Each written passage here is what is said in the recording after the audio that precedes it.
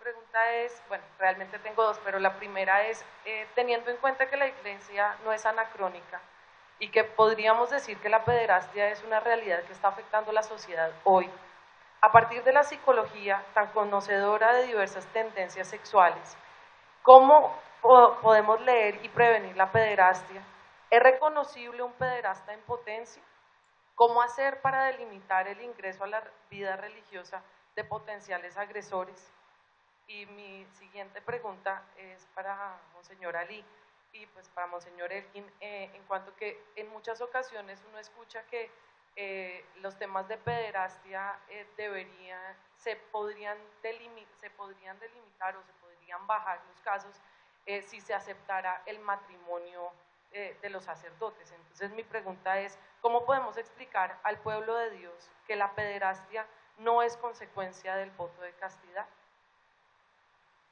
Doctora, ¿me permite no responder la primera pregunta, sino una prepregunta, que me la hago yo mismo? Voy a hacerle una humilde pregunta y es lo siguiente: ¿por qué pusieron pederasta? Es decir, hago la pregunta por lo siguiente, y es que me cuestiona porque tú acabas de decir lo mismo. Creo que hay que aclarar los términos. ¿Qué significa un pederasta? ¿Qué significa un pedófilo? ¿Y qué significa un abusador sexual? Son tres cosas totalmente diferentes, pero todas relacionadas. Entonces, si me permiten, voy a hacer esa distinción. ¿Les parece? Cuando estamos hablando de un pedófilo, estamos hablando de una persona que tiene una atracción erótica por niños o niñas prepuber. ¿Sí? Eso es un pedófilo. Una atracción erótica por niños o niñas prepuber. Y no necesariamente estamos hablando de actos sexuales genitales. Un pedófilo puede ser un pedo pornográfico. ¿Sí? Es decir, un pedófilo sencillamente puede deleitarse de pornografía infantil. El pedófilo es el que tiene atracción erótica por niños o niñas que no se traduce necesariamente en un acto sexual, prepuber. Cuando estamos hablando de una persona que tiene una atracción erótica por un menor de edad de 18 años, estamos hablando de un efebófilo, es decir, de una persona que ya tiene, digamos, la madurez sexual hasta los 18 años, efebófilo. Cuando hablamos de un pederasta, estamos hablando de una persona que tiene una relación sexual, genital, con un niño o adolescente del mismo sexo. Es más, el diccionario de la APA, de la Asociación de Psicólogos Americanos del 2006, va más allá y dice que es una relación anal, una relación sexual anal, especialmente entre un adulto o un niño o un adolescente. Ahora, cuando estamos hablando de abuso de menores, estamos hablando de esa franja grande donde hay pedófilos, donde hay pederastas, donde hay efebófilos, pero también donde hay una gama inmensa de abusadores sexuales que no necesariamente son pedófilos y no necesariamente son pederastas. Entonces, me parece que para ser más técnicos deberíamos hablar de abuso de menores, abuso sexual de menores. Y en el abuso sexual de menores, los que son pedófilos solamente son el 7%. Es el rango mundial, el 7%. Es decir, que el otro 93% son abusadores de menores. Si se dieron cuenta, yo en ninguna parte quise hacer definiciones psicológicas o psiquiátricas sobre el asunto, precisamente para evitar que se plantee que solamente están esas personas que tienen alguna dificultad, en su construcción psíquica o psicológica, y más bien ponerlo en el plano de lo social. Son personas que son abusadoras y no necesariamente son personas con una dificultad en la construcción misma de su cerebro o que tienen una enfermedad psíquica que los conduce a estos actos. Por eso yo lo puse más en el plano del hedonismo, en el plano de una mirada de confort de mis propias necesidades e impulsos primarios, donde yo no tengo la capacidad para establecer límites. Como bien lo decía Monseñor, resulta que una persona puede alimentar su mente de pornografía. Hoy tenemos en las comunidades religiosas y en los seminarios acceso continuo a las redes sociales, a videos, a imágenes que llenan la cabeza de la gente de imágenes pornográficas y que van a distorsionar su sexualidad y su capacidad de límite. No solamente estamos hablando del tema de los sacerdotes, pues claro, alguien dirá también pasa con los jóvenes, en las universidades, muchas otras cosas que hacen más complejo este tema, pero a lo que yo voy es que no necesariamente una persona que comete un acto de abuso se le va a ver, mejor dicho, tiene signos externos evidentes, puede ser muy hábil socialmente, puede ser académicamente prestante, puedes socialmente tener habilidades para mantener cierto encanto a quienes lo rodean, ¿está? Por eso es tan difícil también decir, vamos a decir quiénes son los que sí y quiénes son los que no. Ni tampoco podemos asimilar lo que una persona con una tendencia homosexual necesariamente va a cometer abusos, tampoco, ¿está? Entonces, ni es porque sea homosexual o heterosexual, o porque haya tenido necesariamente un trauma en la infancia, o porque camine con el pie izquierdo o el pie derecho, nada de eso. Pero sí hay, digamos, una inmadurez, una falta de límite personal frente al otro, un centramiento en sus propias necesidades y en sus propios impulsos, que podría llevarnos a entender que esa persona puede ser que no sea un joven, sino un adulto, que no ha madurado en la capacidad de descubrir en el otro un otro. Por eso pienso que hay también un trabajo interdisciplinario muy serio frente a la formación, es esencial, ¿no?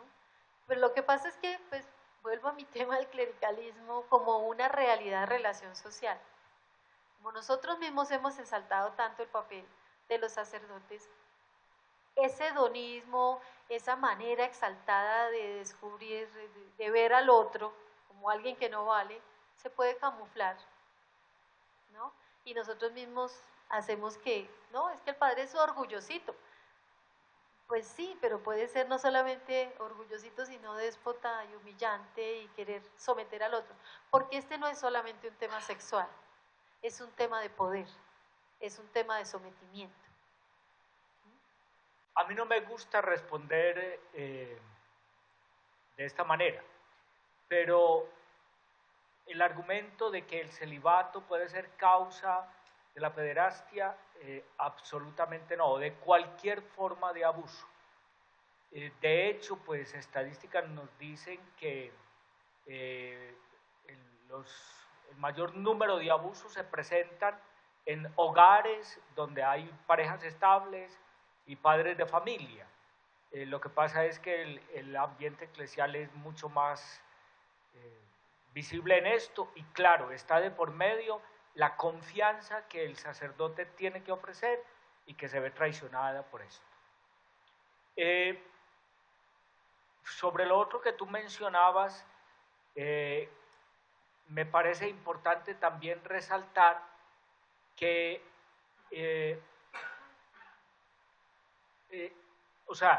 que en los rasgos del abuso de menores, como decía Monseñor Manuel Alí, también se pueden presentar unos casos difíciles de manejar porque están como en la línea. Hay muchas formas de abuso y tiene que haber, digamos, como un juzgamiento de esto.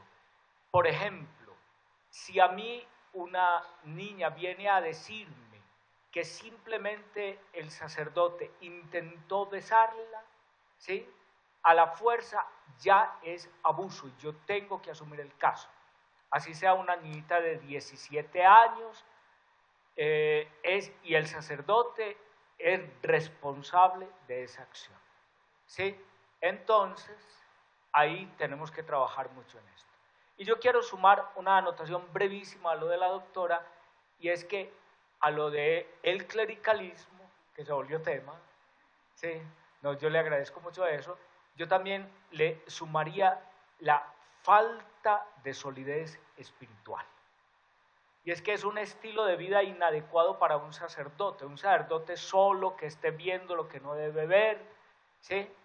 Bueno, yo me acuerdo cuando nos despedían en las vacaciones a nosotros, el sacerdote nos decía, el rector, recuerden, jovencitos, que hace unos años había muchos más medios para defenderse y poquísimas oportunidades de caer. Hoy es a la inversa. Entonces, el lema era, agua que no has de beber, déjala correr. ¿Sí? Ese sentido de ascesis, de un estilo de vida realmente auténtico, reflejar a Dios en la oración, todas las cosas, debería ser el mayor seguro para un sacerdote. Pero lamentablemente, el comodismo, ese sentido hoy de hedonismo que predomina en todo, eso es puerta abierta para muchas cosas.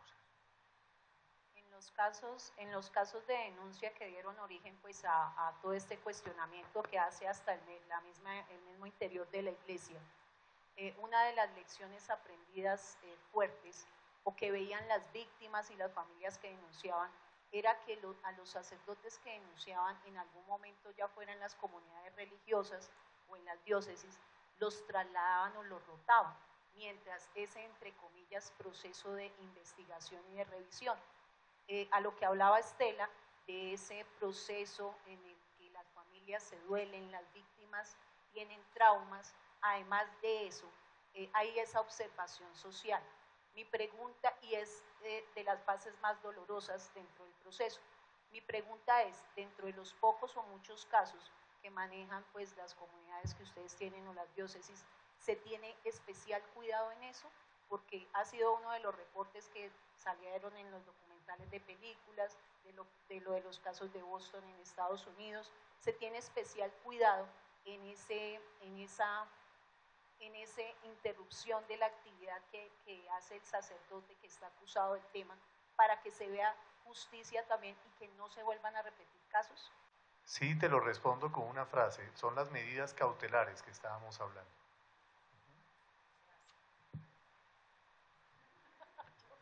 Pero vuelvo, ahí insisto en que hay un vacío que nosotros como iglesia, como cuerpo, tenemos que ayudar a llenar.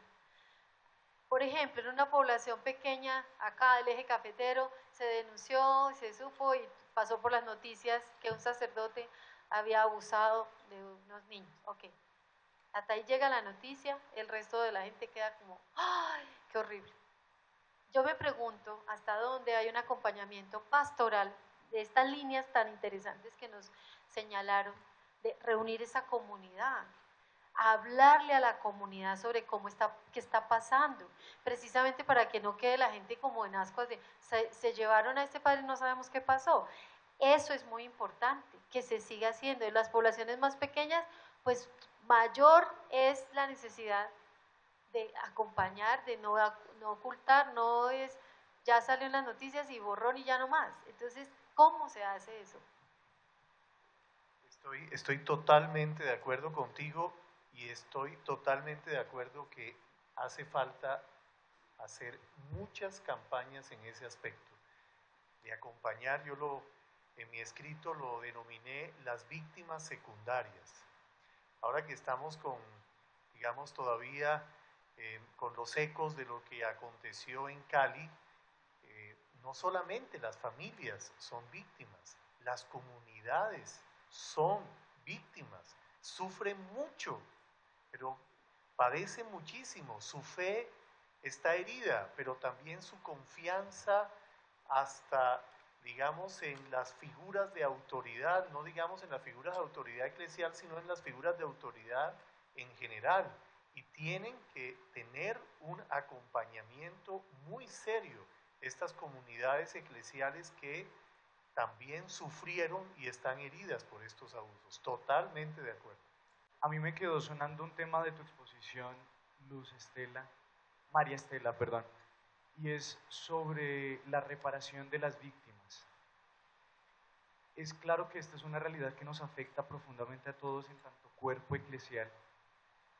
Y tú decías que no es suficiente la declaración del obispo, no es suficiente la reparación económica.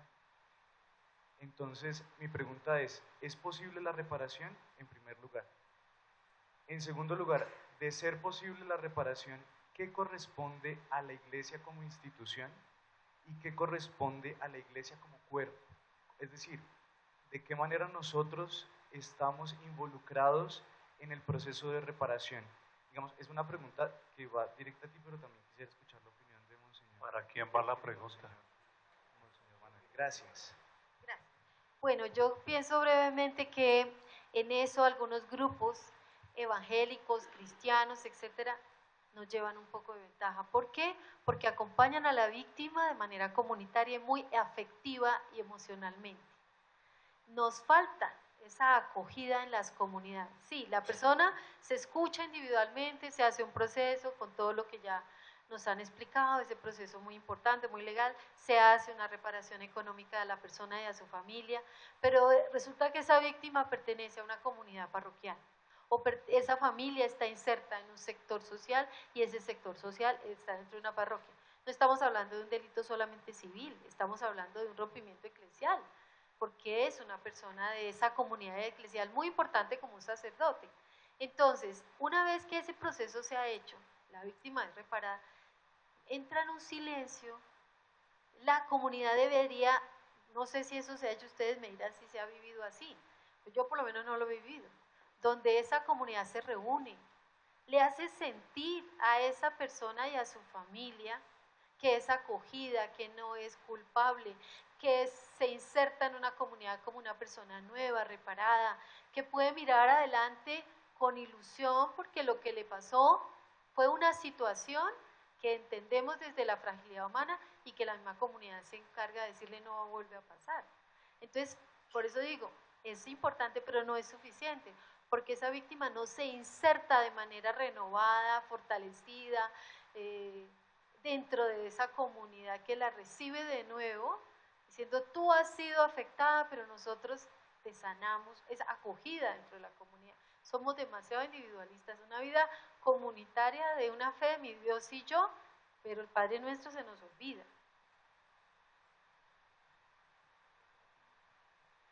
Bueno, sí, de acuerdo, doctora, pero lo digo por el acompañamiento que he hecho a algunas víctimas. Algunas víctimas no quieren que la comunidad lo sepa.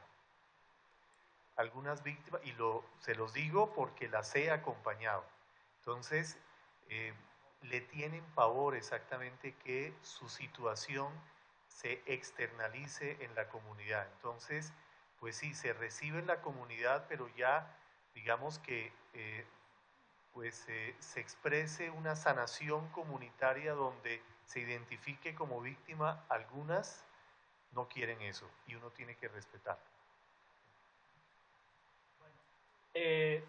Yo quiero abonar una cosita y dejarla sugerida, porque me podría quedar aquí. Tú presentaste una pregunta que a mí me interesa tanto porque es lo de ahondar y clarificar lo que significa la responsabilidad eclesial. Si yo digo esto simplemente a un público me están diciendo la iglesia tiene que pagar responsabilidad eclesial, ¿cierto? Pero hay un tipo de responsabilidad que es el sentimiento, la herida que llevamos como comunidad de fe, ¿sí? En esto yo tengo un modelo bíblico y es que en los tiempos de crisis, ¿sí?, lo que hace la comunidad es decir, nosotros somos culpables. Y eso no tiene ninguna explicación jurídica, alguna cosa, pero es el sentimiento real del corazón de quien se siente con la comunidad. Entonces, ese sentido eclesial es eso. Benedicto XVI, que en esto tiene muchas líneas claras, dice, es hora de vivir como iglesia estas situaciones, de ser responsables, de hacer oración de reparación, de sentirnos en esto como una comunidad que vive el dolor de una familia que tiene 2 hijos, que uno fue víctima y el otro es victimario. No sé si ustedes tendrán la misma sensación que yo tengo. Estaba pensando, hace unos años, este tema no se habría podido tratar en público ni con la franqueza con que se ha hecho aquí. Me parece que ese es un comienzo de solución, que no le tengamos miedo a la verdad y sobre todo que no nos sintamos jueces, sino parte del problema, porque ese problema afecta a nuestra iglesia y por tanto nos afecta a nosotros. Gracias a los panelistas. Ha sido formidable.